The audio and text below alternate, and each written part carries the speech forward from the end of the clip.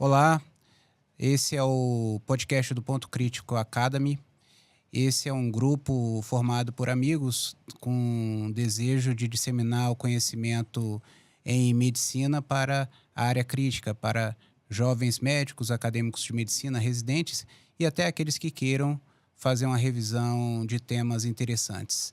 Aqui a gente vai debater temas muito importantes no paciente grave, vamos tirar os mitos e falar o que tem realmente de realidade. Hoje, eu sou o host, Rodrigo Biondi, sou médico intensivista. Do meu lado tem o Leandro Valim, que é um médico cardiologista. Oi, Leandro. Tudo bom, Biondi? Meu nome é Leandro Valim, sou cardiologista intervencionista. Estamos aqui hoje com o nosso convidado, Vitor Barzilai, cardiologista, cardiointensivista. E, bom, vamos deixar ele falar aqui todos os títulos dele. Os títulos são só esses mesmos. Sou cardiologista intensivista, coordeno a UTI cardiointensiva no Hospital Brasília e no Instituto de Cardiologia e Transplante do Distrito Federal. Nos últimos 15 anos eu me dedico bastante à área de assistência circulatória mecânica em multiplataformas, principalmente ajudando o grupo da ELSO Latinoamérica a poder desenvolver educação em ECMO, e bem como a ELSO Internacional, a desenvolver qualidade assistencial em ECMO. E dentro do DEIC, do Grupo de Estudos de Ciência Cardíaca e Transplante da SBC, na verdade não é um grupo, né? Era o GEIC virou DEIC, virou departamento, e dentro do DEIC hoje existe o Grupo de Ciência Cardíaca Avançada e Transplantes, o GETAC. E aí eu faço parte da diretoria do GETAC até 2025. Legal. Hoje a gente vai falar sobre um tema extremamente importante, que é o manejo da parada cardíaca, mas de uma forma um pouquinho diferente com o Vitor aqui. A gente vai falar sobre a parada cardíaca assistida com ECMO. Mas antes disso, Vitor, eu queria que você relembrasse para a gente o que vem a ser o ECMO. O que é essa assistência? Muito bem. Então, ECMO é uma sigla, né, que significa dizer Extracorporeal Life Support. Na verdade, ela veio a partir de uma observação da década de 60, 70 de Gibbons, que observou que quando o sangue ficava escuro, provavelmente tinha alguma coisa que ficava difícil não se conseguia oxigenar o sangue. E se ele conseguisse passar o sangue escuro para o sangue vermelho, muito provavelmente ele teria sucesso em reanimar um paciente. E aí, a partir dessa observação, foi desenvolvida a máquina de circulação extracorpórea.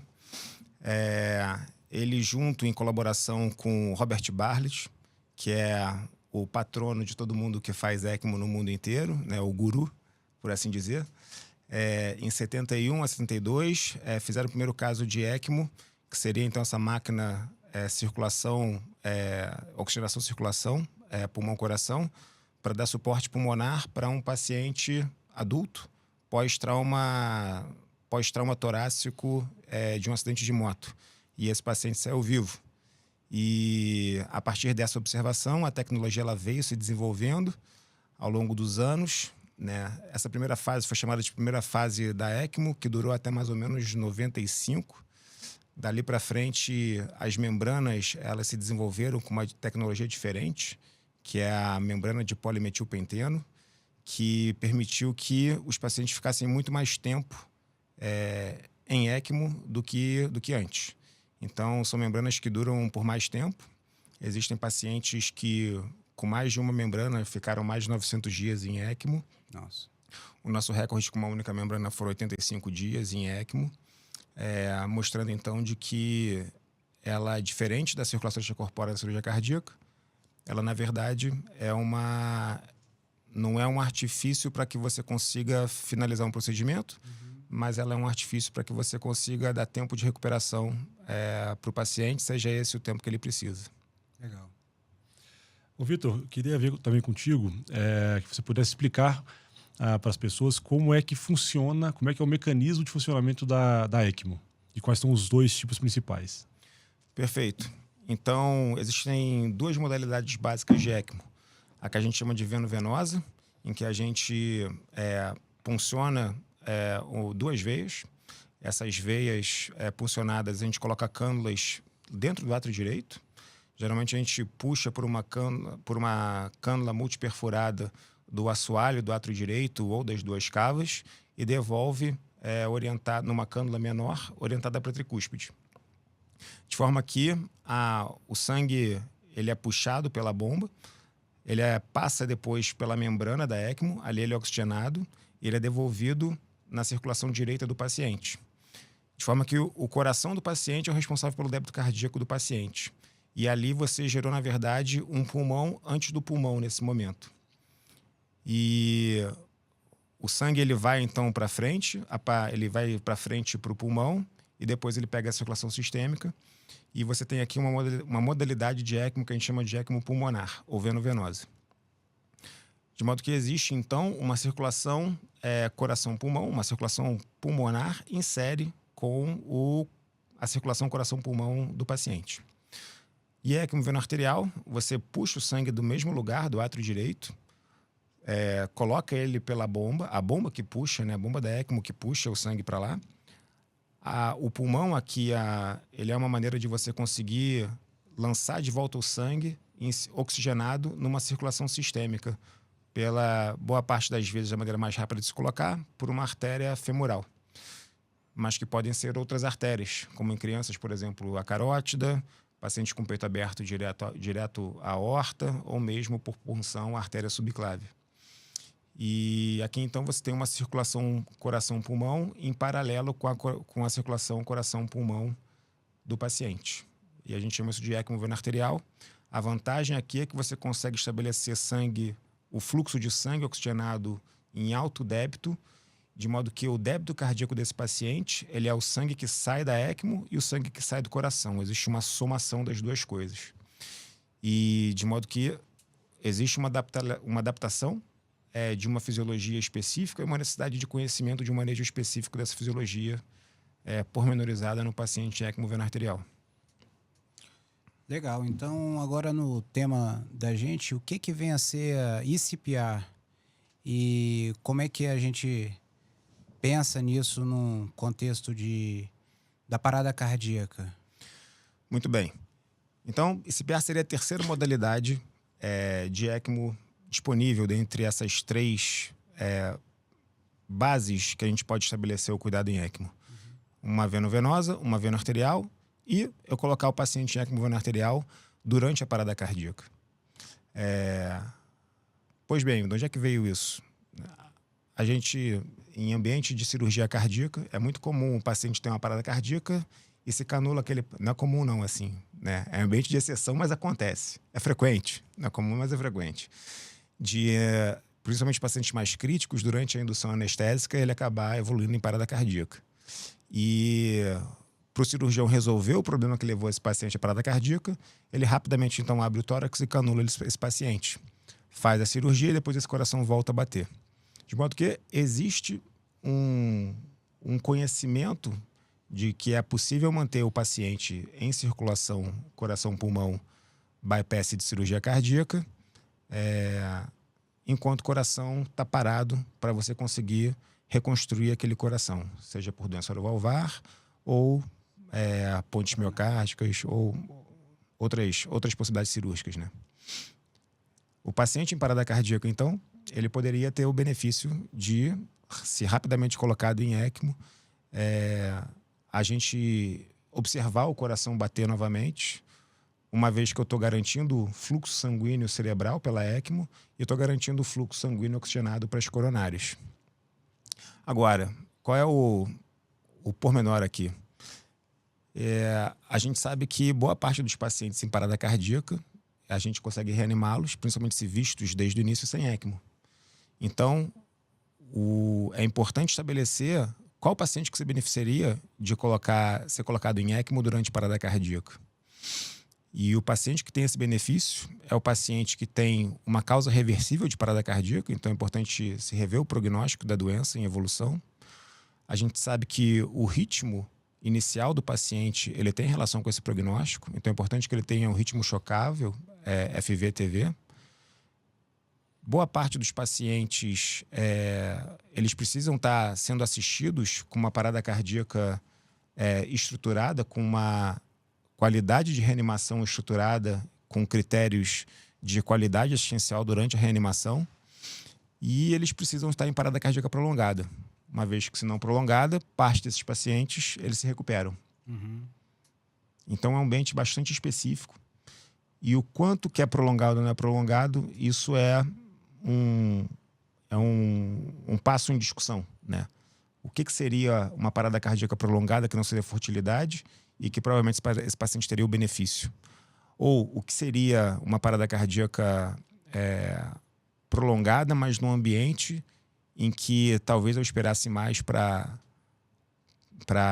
pensar em canular esse paciente. E é isso. Então, assim, uma observação específica, né? Que também foi... os estudos de CPR eles começaram a acontecer muito por conta dessa observação.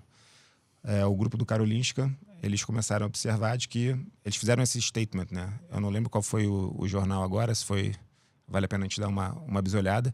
Mas não existe paciente morto até que ele esteja aquecido e morto. Por conta de parada cardíaca em altas altitudes, em pacientes Lagos congelados, ou grandes lagos congelados, que esse paciente, então, ele ganhava rapidamente o transporte em reanimação, era levado para um centro de ECMO. Na hemodinâmica, esse paciente era canulado, aquecido, e dali, tanto o cérebro como tudo voltava a funcionar. Então, esse é o primeiro ambiente de parada cardíaca prolongada, em que possivelmente, passando de 1 hora, 1h30, esse paciente ainda tem bom prognóstico para ser reanimado, uma vez que ele estava hibernando ali nas últimas horas. É um cenário muito específico, né? Que aqui, nesse calorzinho de Brasília, não vai rolar. Acho que em Copacabana isso não vai acontecer Não também. Eu queria saber também, Vitor, em relação ao impacto, ao benefício da ICPR nos pacientes. Logicamente, você já falou da indicação e tudo mais, do tempo que é relativo, dependendo da situação do paciente, da doença de base, do tempo de parada cardíaca, mas em relação... Qual o impacto de você agregar ao ICPR dentro do contexto assim, em relação à sobrevida do paciente, comparando-se com uma RCP convencional, sem ICPR? Perfeito. Então, assim, isso tudo é muito novo no mundo como um todo. Existem algumas cidades que são exemplos na implementação da tecnologia, né? A primeira delas que estabeleceu, então, ICPR como rotina foi Paris, foi o SAMU de Paris. E o SAMU de Paris, né, eles optaram naquele momento por fazer um atendimento à parada cardíaca prolongada em cena. Então, a ECMO vai até o paciente em cena, o paciente é canulado na rua, e existe a famosa publicação que mostrou um paciente sendo canulado no Louvre. Nem sei se ele ficou vivo. Também tem que ir atrás dessa informação. Bom, a partir dessa observação, outros serviços começaram a pensar se não era possível fazer diferente. E, na verdade, houve uma mudança de paradigma entre você sair da cena... Houve uma mudança de paradigma a partir da observação de que talvez fosse interessante sair da cena o mais precoce possível. E se discute muito hoje em parada cardíaca o momento de você sair de cena.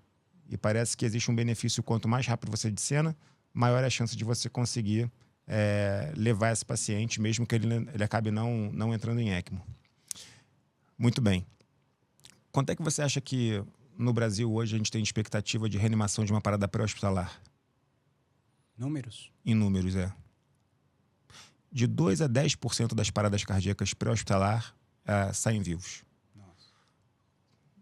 Nos Estados Unidos, em um ambiente que não é preparado para ICPR ou para atendimento de parada cardíaca prolongada, em torno de 20% dos pacientes saem vivos. Tanto no ARREST quanto no Hyperinvasive Trial, o grupo controle, você teve ali 38% de sobrevida dos pacientes que foram atendidos por aqueles serviços. Enquanto que nos pacientes, isso no Hyperinvasive Trial, né, que é o do grupo de Praga, e no grupo ECMO, 44% de sobrevida. Não teve significância estatística, mas era um estudo de único centro. Segundo o Jean Balolevec, o nome dele é assim, quase que ele perdeu o casamento dele, porque randomizar paciente em parada cardíaca não é fácil, e durou bastante tempo esse estudo. É o mesmo grupo que levou à frente o ECMO CS, o ECMO no choque cardiogênico, e que, por questões relacionadas à equipe, ao treinamento deles, a equipe de cardiologia toda tinha bastante experiência com o ECMO, quanto ao processo de canulação, bem como a avaliação hemodinâmica invasiva desses pacientes. Acho que talvez existem duas experiências que são as mais promissoras hoje no mundo e que todo mundo se baseia nelas para pensar em formar os seus próprios serviços, que é a experiência de Amsterdã, em que desse cenário de parada cardíaca pré-hospitalar em torno de 20% de sobrevida, no último ano eles conseguiram ampliar 2 anos de implementação do programa de CPR de Amsterdã e hoje a sobrevida livre de eventos cerebrais de 46% de sobrevivência de parada cardíaca pré-hospitalar. E o outro grupo, se eu não me engano, é Cincinnati, do Yiannopoulos. Dano Yiannopoulos, se você precisa estudar alguma coisa sobre CPR, é importante que você tenha essa referência, que também conseguiu em torno de 50% de sobrevida na reanimação de parada cardíaca pré-hospitalar. Acho que é isso. Uma diferença gigantesca de 10% para 50%. E quais os desafios logísticos para a gente conseguir implantar um programa desse numa cidade ou no âmbito regional, nacional? A gente está falando de, tudo bem, Cincinnati, uma cidade nos Estados Unidos, mas Amsterdã, países europeus bem pequenos que cabem dentro de alguns estados brasileiros. Perfeito. Então, assim, a gente está falando de poucas cidades no mundo que fazem isso hoje. Isso. E existe, então, a perspectiva de existir a primeira cidade na América Latina que faz esse CPR. Sem dúvida nenhuma, Brasília seria favorecida. Porque você está aqui, segundo dados do bombeiro, a 20 minutos de helicóptero de qualquer lugar do entorno. Todos os campos de futebol ou todas as praças com quadras de futebol, elas são pousáveis, não tem lugar que eles não pousem. Tudo é plano. Pelo menos em horário comercial, que eu acho que eles não voam à noite. Mas existiria então aí a possibilidade de transporte aeromédico. Menos do que isso, né? Existem protocolos de atendimento ao infarto agudo do miocárdio com supra. Esse programa ele poderia ser ampliado. Existe a chance de você tentar desenvolver um projeto de ambulâncias do SAMU exclusivas para atendimento do infarto agudo do miocárdio. E por dados do próprio bombeiro, existem em torno de 800 atendimentos em parada cardíaca pré-hospitalar por ano na cidade, né, em Brasília e no entorno. De modo que qualquer parada cardíaca. Então, se a gente enxugar pela metade, 400 atendimentos de parada cardíaca que talvez pudessem ser resgatáveis. Se a gente enxugar um pouco mais, 100 atendimentos de parada cardíaca relacionados a infarto agudo do miocárdio. Desses 100, 50 a gente poderia ter tempo de parada observável, de último momento de ROSC observável. Então, assim, minha impressão é que a gente poderia pensar em fazer uns 50 casos ano de CPR. Mas percebe que, em relação à logística, né, esse ponto, de qualquer maneira, ele tem que ser embasado num serviço de ECMO de alto fluxo. Então, na verdade, não adianta a gente pensar em fazer CPR se você não tem alto fluxo de ECMO veno-venosa, veno-arterial, se você não tem logística de rápida canulação no seu centro. Então, acho que no momento que você consegue estabelecer uma rotina de enfermagem, perfusão, cirurgião, hemodinamicistas e clínicos, ou seja, time de choque, em que você consiga canular o paciente, cronometrar os tempos de canulação, não em ambiente de parada, mas em ambiente de choque cardiogênico e SARA grave. A partir disso, a gente pode pensar em desenvolver um projeto de CPR naquele centro. É importante, então, uma integração entre o serviço pré-hospitalar e o serviço hospitalar de referência. E Cincinnati, por exemplo, hoje existem 3 hospitais referência para você conseguir diminuir o tempo de transporte entre cada lugar assim que poderia fazer o bombeiro levar para aquele hospital característico. No nosso caso aqui, é importante então que esse processo pré-hospitalar ele seja bem casado com lugares que fazem alto fluxo de ECMO. Então começa basicamente numa estrutura hospitalar, como tem, por exemplo, em alguns hospitais, Instituto de Cardiologia, em alguns hospitais privados, um sistema hospitalar robusto que consiga fazer isso para depois disseminar para o sistema pré-hospitalar, correto? Digo ainda mais, né? O Robert Bartlett, ele fala bastante isso, de que a melhor maneira de você, segundo ele é entusiasta ECMO, mas a melhor maneira de você melhorar a sua assistência à beira-leito numa UTI é você criar um programa de ECMO. Uma vez que é a maior complexidade de beira-leito que você vai poder existir. Então ali você ajuda a criar um processo educacional do cuidado em ECMO à beira-leito. De maneira semelhante, a melhor maneira de você pensar um cuidado à parada cardíaca é você pensar em criar um projeto de ICPR. De modo que toda a estrutura de cuidado da parada cardíaca, ela precisa ser melhorada da mesma maneira. Seja para a gente poder escolher que pacientes que vão para ECMO durante parada, e de modo que isso pode levar à própria incorporação, por exemplo, de ideias a cada 5 minutos de qualquer canto da cidade, bem como a incorporação de programas educacionais de tratamento de BLS, de treinamento de BLS dentro da população, em escolas e outros cantos.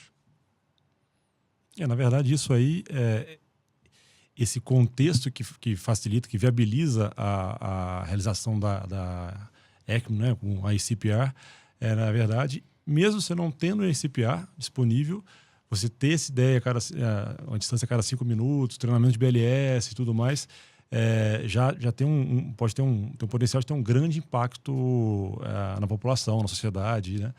Então, assim, é um degrau que a gente ainda não tem, que é necessário para a ICPR, mas só de já criar esse degrau você vai ter um impacto significativo, não é isso? Perfeito. Acho que existe a implementação da complexidade, ela precisa da garantia de passos anteriores ao que é complexo. E, de certo modo, só o fato de você pensar em desenvolver esse projeto, ele pode te ajudar a fortalecer esses anéis de segurança e tratamento, né? Isso me lembra um conceito já há bastante tempo conhecido, que você fazer uma instituição que realiza transplante cardíaco e que o transplante cardíaco vai bem, os pacientes têm desfechos bons e tudo mais, serve como uma espécie de validação de todo o hospital, toda a instituição. Desde do laboratório, da hemodinâmica, centro cirúrgico, patologia. Então, essa é uma chancela de qualidade da estrutura como um todo. E no sentido no caso específico da ICPR, isso acaba servindo também não só do ambiente intra-hospitalar, mas do pré-hospitalar também, né? Sem dúvida.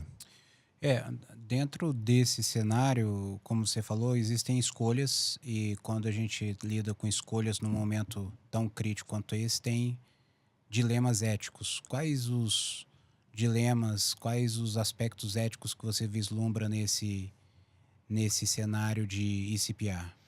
Perfeito. Então, primeiro eu acho que a gente, no momento de estresse extremo da equipe, a gente definir o prognóstico da doença desse paciente. Então, qual foi o ritmo inicial, se o coração era normal antes, se ele tem uma cardiopatia reversível ou não. No caso aqui, boa parte dos casos vão ser pacientes pós-infarto. Qual foi o último momento que ele foi visto. E aí existe o ponto crucial de que você já em um ambiente hospitalar, de uma parada que foi iniciada antes do hospital, definir se essa parada teve qualidade ou não teve qualidade. E aí 2 pontos são importantes. Primeiro, a avaliação de qualidade da parada cardíaca que a gente usa, capnografia. Então, capnografia demonstrando um ETCO2 acima de 20. O segundo ponto da canulação ICPR é que a gente não vai colocar...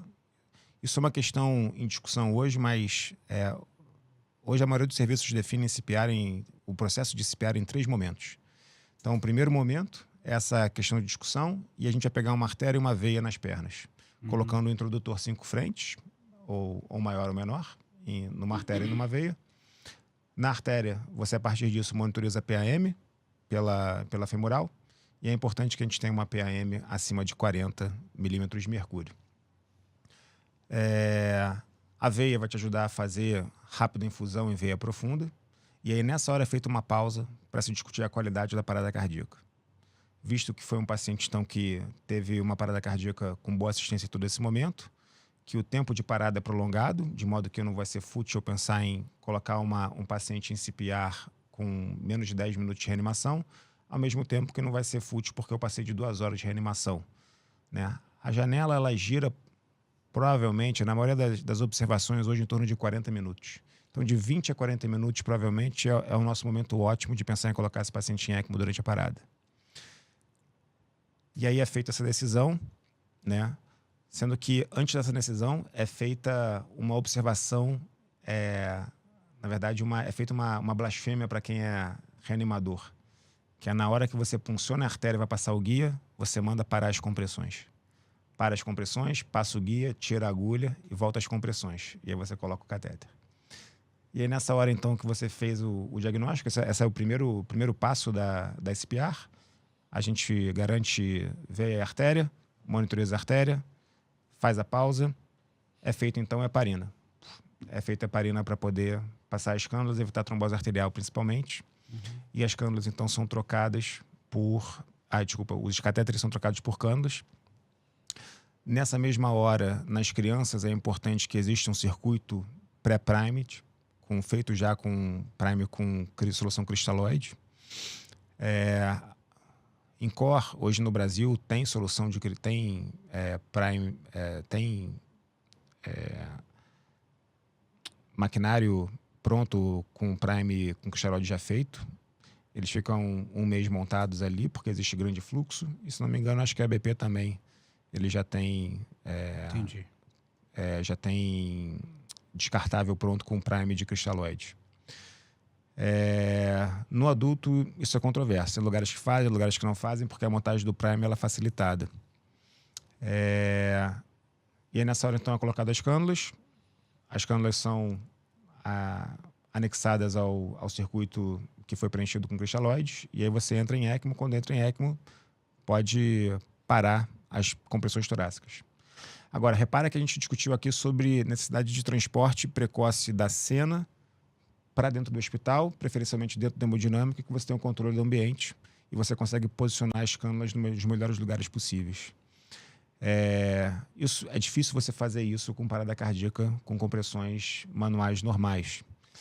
De modo que tanto os dispositivos de compressões torácicas não se demonstraram... Não demonstrou benefício em relação às compressões convencionais em ambiente de parada cardíaca. Só que a questão é essa, de alta qualidade, e não foram testados em parada prolongada, com necessidade de você sair da cena e ir para outro lugar. Então, assim, é indiscutível a necessidade de você ter um dispositivo de compressão torácica para tirar o paciente da cena e levar ele com segurança para o hospital, bem como manter esse paciente em reanimação na hemodinâmica, que é um ambiente hostil para que você fique pensando em trocar quem está massageando, e a ideia não vai ser abrir o peito do paciente para poder reanimá-lo com mão aberta, né? Maravilha. Agora sim, uma pergunta muito importante que acaba fazendo sequência nada que o Beyond fez, dos dilemas éticos relacionados à CPR. Então, colocar um pouco mais de fogo aqui, de lenha na fogueira, sobre a custo-efetividade e, logicamente, o acesso das pessoas, da população, a esse tipo de tecnologia. Muito bem. Então, ECMO ela não foi aprovada pela Conitec em 2 momentos diferentes de fórum de aprovação que ela passou, por questão de estratégia. Às vezes que ela passou pela Conitec, a ideia era disponibilizá-la para tratamento de ECMO pulmonar. A primeira, porque existia o primeiro trial, até então o único trial que existia com ECMO, ele era um trial pulmonar, o Caesar Trial, que mostrava esse benefício. E a segunda, porque a gente estava próximo do ambiente de pandemia, em que ECMO estava sendo usada de maneira bastante larga em diferentes lugares, e você não tinha determinação do que seria o mínimo necessário dos serviços para poderem fazer ECMO no momento de escassez de recursos, né? E então isso é um problema hoje. Os lugares que fazem ECMO no Brasil, dentro do SUS, eles são financiados por instituições que autogerenciam o seu recurso e entendem que na sua natureza de cuidado ela precisa daquele recurso, mas não existe financiamento específico para pagamento do material, em específico a membrana aqui. Quando a gente fala de saúde suplementar, a ECMO ela não está de maneira clara no rol da ANS, principalmente quando a gente fala de ECMO veno-venosa. Se usa um código de tabela TUS por similaridade de assistência circulatória mecânica, uma vez que ela é um sistema de suporte circulatório mecânico o mais versátil dos que existem. Só que existe um parêntese nesse código de que teria que ser por toracotomia, o que não faz sentido nenhum fisiológico, né? Então, assim, dentro do Brasil hoje, existe uma série de limitações burocráticas para que a gente consiga implementar esse cuidado. Mas o que não exime a chance de um projeto piloto, né? Uma vez que existe cada vez mais evidência de que a estruturação desse processo numa linha de cuidado, seja em parada cardíaca, em choque cardiogênico ou em pacientes com SARA grave, projetos pilotos a serem desenvolvidos para que a gente consiga estabelecer isso tanto no SUS quanto na saúde suplementar de maneira responsável, eles são necessários, eu acho. Eu acho que ficou bem claro, pelo menos do ponto de vista introdutório, todo o potencial da ECMO, e queria que você desse, em poucas palavras, o ponto crítico da sua apresentação. O que você acha que é o ponto mais importante do ICPR que a gente precisa levar para casa agora? Muito bem. Difícil, Biondi. Por isso que eu te chamei. Ponto crítico. Digo que são 3 pontos críticos, né? Levando em consideração as diretrizes da ELSO. O primeiro ponto crítico é educação no processo de cuidado da ECMO, né? Seja ECMO veno-venosa, veno-arterial ou ICPR. O segundo ponto, o registro, para que a gente consiga entender como a gente está desenvolvendo os nossos programas de ECMO pelo país. E existe o registro da ELSO. Todo lugar no Brasil que faz ECMO, ele é convidado a se filiar à ELSO. E ali ele pode reportar os seus casos, né? Bem como fazer benchmarking. E o terceiro ponto crítico, primeiro treinamento, segundo registro, e o terceiro ponto crítico é a gente tentar fazer isso, desenvolver parâmetros para que isso seja feito de maneira sustentável, né? Então, com equipes redundantes, com um financiamento específico, institucional, ou um financiamento específico para o desenvolvimento de centros de ECMO em diferentes redes. Muito bom, acho que a gente dá por encerrado esse episódio. A gente teve hoje conosco o Vitor Barzilai, que é intensivista e cardiologista. Comigo está o Leandro Valim, cardiologista. Suas palavras, Valim? Na verdade, agradecer o Vitor Barzilai, nosso amigo também, referência em IC avançada, em dispositivos, e agradecer realmente a gentileza de participar aqui desse episódio conosco. A gente sempre está aprendendo contigo, é realmente um prazer estar trabalhando contigo no dia a dia. Obrigado. Obrigado, Leandro. Obrigado, Biondi, pelo convite. Que o Ponto Crítico Academy seja um sucesso. Projeto importante. Já está sendo. Obrigado. Contamos com Valeu. você nele.